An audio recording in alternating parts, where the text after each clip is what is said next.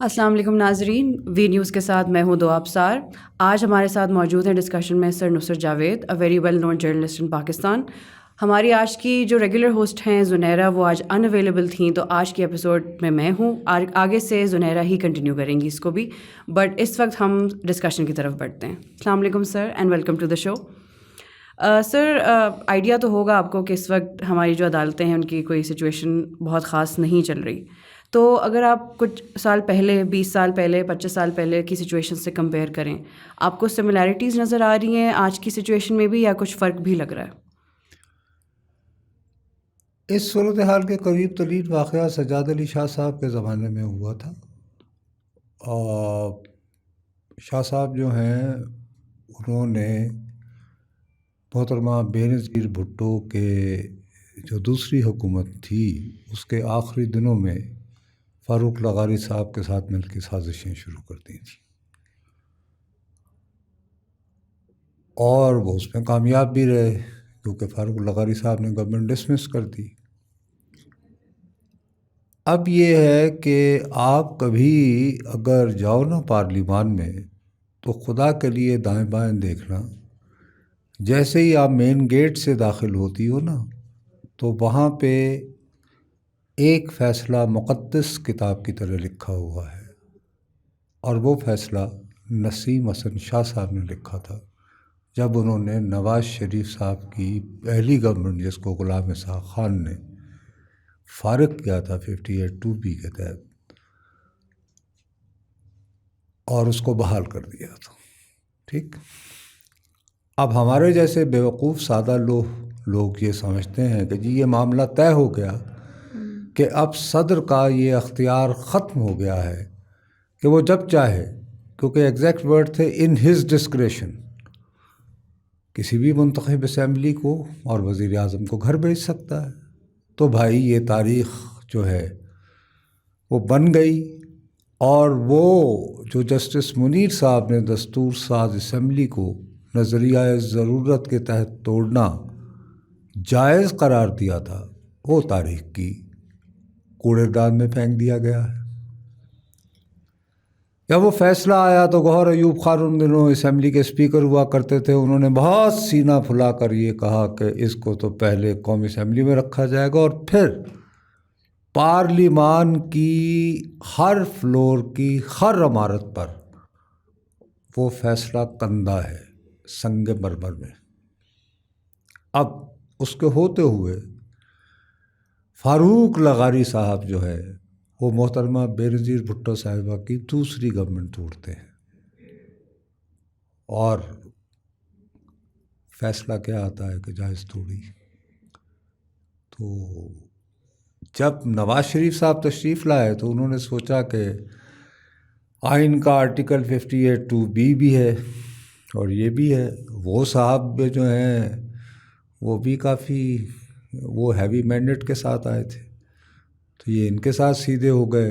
انہوں نے نواز شریف صاحب کو طلب بھی کیا، تو پہلی مرتبہ جب کوئی وزیر اعظم ایز وزیر اعظم سپریم کورٹ میں پیش ہوا تو وہ سجاد علی شاہ صاحب کی عدالت میں پیش ہوا تھا۔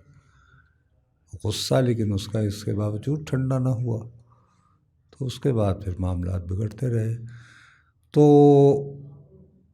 اس طرح آپ کہہ سکتی ہیں کہ ہسٹری خود کو ریپیٹ کر رہی ہے۔ یہ کہنا میرے بس سے باہر ہے کہ کیا اب بھی انجام سجاد علی شاہ والا ہوگا یا کچھ اور ہوگا، کیونکہ ایک یہ جو کمیونسٹ فلسفی ہے اس کا بانی تھا کارل مارکس۔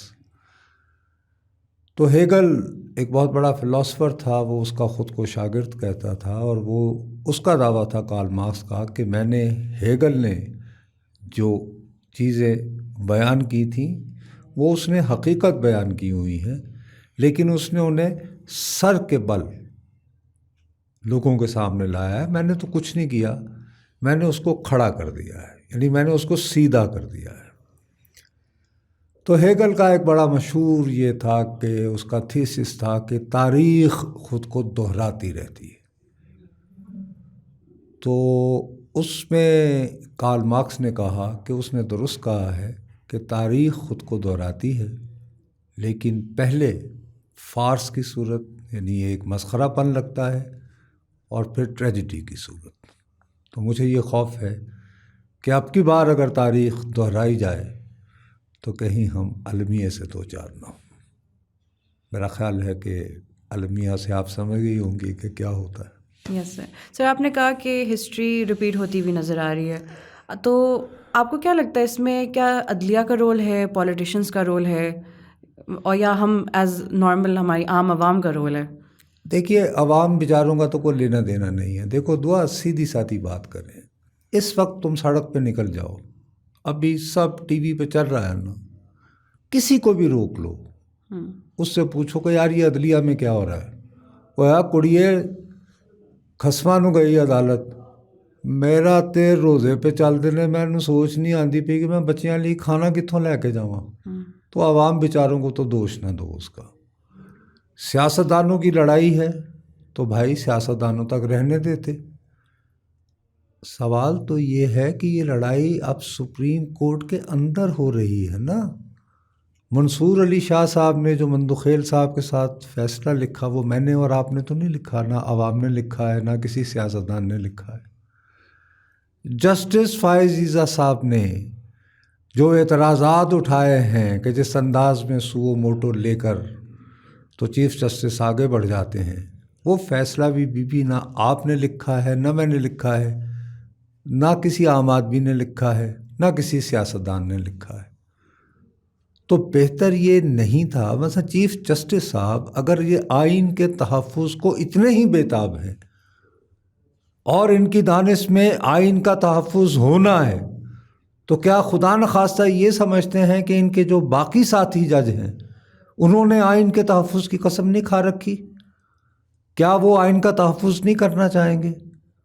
تو بھائی آپ فل بینچ بنا دیں جس میں تمام ججز بیٹھیں اور تاریخ کے سامنے آ جائے کہ بقول آپ کے اگر اس وقت پاکستان کا آئین خطرے میں ہے تو کون سا جج جو ہے وہ آئین کے تحفظ کے لیے آگے بڑھا اور کس نے اس کو مسخ کرنے میں حصہ لیا۔ Go for history, why do you want to decide it yourself with your favourite ججز؟ میں تو جان کی امان پاتے ہوئے صرف یہی کہہ سکتا ہوں، اس کے علاوہ تو ہم کیا کہیں؟ یعنی میں اور آپ کیا کر سکتے ہیں بھئی؟ ہماری کیا بساط ہے؟ میں نے تو یہ جتنی بھی بات کی ہے وہ بھی بہت گھبراہٹ میں کی ہے، کیونکہ میرے جیسے اولڈ سکول جرنلسٹ ہمیں تو پتہ ہے کہ توہین عدالت ایک ہوتی ہے بھائی، تو ہم تو عدالتی معاملات میں بات کرتے ہوئے جو ہے وہ گھبراتے ہیں۔ سیاستدان کا ذکر ہو تو ابھی ہم چور لٹیرے وغیرہ بنا دیں گے۔ اگر فرض کریں مجھے عمران پسند نہیں، میں اس کے خلاف جو مرضی تقریر کر دوں، نواز پسند نہیں کر دوں، بے نظیر یا بلاول وغیرہ پسند نہیں، مسٹر 10% کہہ دوں، اللہ خیر صلی اللہ۔ لیکن ہم ججز کے بارے میں تو وہی ہے، اور عدالتی عمل کے بارے میں تو بالکل ہی یوں کام جاتے ہیں، سہم جاتے ہیں۔ تو میں تو اس کے علاوہ اور کچھ نہیں اس معاملے میں کہہ سکتا دعا، بس صرف یہ خیر کرو کہ تاریخ اپنے آپ کو اگر کامیڈی کی صورت ہی دہرا لے تو بہتر ہے، المیہ کی صورت نہ دہرائے۔ سر فیوچر میں آپ کو چیزیں کس طرف جاتی ہوئی نظر آ رہی ہیں؟ مزید چپکلش، مزید ٹینشن، کیونکہ ایک تقسیم بہت عرصے سے شروع ہو چکی ہے نا، اور بدقسمتی ہے اس تقسیم کو بڑھاوا دیا گیا ہے۔ ہمارے ملک میں کچھ لوگ ہیں جو یہ سمجھتے ہیں کہ وہ عقل کل ہیں، وہ یہ فیصلہ کرتے ہیں کہ ہم جو 22 کروڑ بھیڑ بکریاں جاہل نالائق لوگ ہیں، ہمیں سیدھی راہ پر کیسے چلانا ہے۔ تو ہمیں سیدھی راہ پر چلانے کے لیے کبھی بنیادی جمہوریت متعارف کروا دیتے ہیں، کبھی جنرل ضیاء کی صورت اسلام نافذ کرنا شروع ہو جاتے ہیں، کبھی جنرل مشرف کی صورت جو ہیں وہ انلائٹن ماڈریشن روشن خیالی کی طرف راغب کرنا چاہتے ہیں۔ 2011 سے یہ پروجیکٹ ہوا کہ یہ جو اقتدار میں باریاں لیتے سیاستدان ہیں ان سے بھی جان چھڑا لی جائے اور ایک تیسری قوت پیدا ہو جو کرشماتی بھی ہو، لوگوں کے دلوں کی بھی بھاتی ہو اور ہمارے گھر والوں کو بھی پسند ہو۔ تو اس کے بعد وہ صاحب کھڑے ہوئے, انہوں نے کہا کہ شہر جانا میں اب باصفا کون ہے, باقی سب چور اور لوٹیرے ہیں, اور ایک صفحے کی موجیں لوٹتے رہے. تو اب جب بات اتنی بڑھ جائے تو ایسے ختم نہیں ہوتی نا. تو میں نہیں دیکھ رہا آئندہ آنے والے دنوں میں معاملات ٹھنڈک کی طرف یا استحکام کی طرف بڑھ رہے ہیں, اور یہ ہماری بدقسمتی ہے. سو آپ کو فیل ہوتا ہے کہ چیزیں مزید خراب ہی ہوں گی؟ مجھے خدشہ ہے, اور میری اللہ تعالیٰ سے آج کے ان دنوں کے ماہ مقدس میں دل سے فریاد ہے کہ یا اللہ ہمیں محفوظ رکھ, کیونکہ ہماری اور بڑی مصیبتیں ہیں. دیکھو آج کل جو بارشیں ہو رہی ہیں, انہوں نے کیا ہماری گندم کے فصل کے ساتھ کیا ہے. ہماری چنے کی فصل تباہ ہو گئی, غیر موسمیاتی بارشیں. اور اللہ معاف کرے, یہ جو موسمیاتی تبدیلی ہے اس میں گزشتہ برس کی طرح ایک اور سیلاب آ گیا جس نے لاکھوں لوگوں کو ابھی تک بے گھر اور بے روزگار کر رکھا ہے. تو ہم کہاں جائیں گے؟ ہمارے مسائل اس وقت یہ ہیں کہ جسٹس صاحب کو آئین کا بچانا یاد آ گیا ہے, اور انہوں نے اکیلے کیوں؟ میں صرف ایک بات نہیں سمجھ پا رہا, جو شخص بھی سپریم کورٹ کا جج بنتا ہے, حلف لیتا ہے نا, وہ حلف آپ پڑھ لو. کاش ہمارے پاس مجھے پتا ہوتا کہ آپ یہ سوال کرنے والی ہو, تو میں سب سے پہلے وہ حلف پڑھ دیتا. تو میرے اور آپ جیسے ہم زمین پہ رینگنے والے کیڑے, ہم تو یہ سمجھتے ہیں کہ سپریم کورٹ میں بیٹھا ہر جج اس لیے بیٹھا ہے کہ اس نے آئین کا تحفظ کرنا ہے. تو عزت مآب چیف جسٹس صاحب کیوں وزد ہیں کہ ہم 3 ہی آئین کو بچا سکتے ہیں, باقی نہیں؟ وہی سب بیٹھ جائیں اور بیٹھ کے فیصلہ کر لیں, اور تاریخ بھی دیکھ لیں کہ کون آئین کو بچا رہا ہے اور کون اس کو مسخ کر رہا ہے. تو اینڈ میں نقصان تو لے مین کا ہی ہے نا, انسٹیٹیوشنس کا تو اتنا نہیں ہے. ہاں, انسٹیٹیوشنس لوگوں سے بنتے ہیں. تو جب لوگ ہی جو ہیں افراتفری کے عالم میں رہیں گے, انہیں پتہ ہی نہیں ہوگا. اور اس میں ایک اور بڑا خدشہ آپ دیکھو, ہم جیسے ملکوں میں حالات کبھی بہتر نہیں ہو سکتے جب تک کہ ہم غیر ملکی انویسٹمنٹ میں قرضے نہیں, اس طرف لوگوں کو راغب کریں کہ وہ یہاں آئیں, سرمایہ کاری کریں. فرض کرو میں ایک بگ گروپ ہوں, میرا کوئی بہت ہی قریبی جس پہ میں بڑا اعتماد کرتا ہوں ایڈوائزر ہے, وہ پاکستانی ہے. وہ پاکستان کی محبت میں کہے کہ یار آپ پاکستان میں سر ہم یہ ادھر بھی, کیونکہ آج کل دیکھیں ایپل یہ وہ بہت ساری بڑی بڑی کمپنیاں جو ہیں وہ جا رہی ہیں, ویتنام گئے ہیں, انڈیا اب آئی فون کرے گا, تو ہمارے ہاں بھی ایسا ہو سکتا ہے نا. تو جو انویسٹر ہے وہ کہے گا کہ یار فرض کرو اگر مجھے کوئی لیگل ایشو ہوا تو میں کورٹس وغیرہ میں گیا تو میں کیسے انصاف ملے گا؟ میری عرض سمجھ گئی ہوں. تو یہ تو ملک کا نقصان ہے, خالی اداروں کا نہیں ہے. پرائیورٹیز کی بات ہے نا سر, آپ نے ابھی بات کی جیسے انڈیا میں بھی یہ کام ہو رہا ہے, تو ہمارے یہاں کیا کمی ہے؟ ہماری پرائیورٹیز ہی وہ نہیں ہیں. ہماری پرائیورٹیز لوگوں کی انا ہے کہ جس کے پاس جو اختیار ہے اس کو بروٹلی اور ضد کے ساتھ, اور یہ سوچتے ہوئے کہ وہ ایک تو عقل کل ہے, دوسرا اس سے زیادہ ایماندار دنیا میں پیدا نہیں کیا کسی نے, اور اس سے زیادہ آئین اور جمہوریت کا کوئی محافظ نہیں. تو ضد کا تو پھر کیا علاج ہو سکتا ہے؟ آپ ایسی خود نمائی سے خود کو واحد ٹھیکیدار نہ بنائیں, کوئی بھی ہو. یہ عدالت سے میں ہٹ کے کہہ رہا ہوں,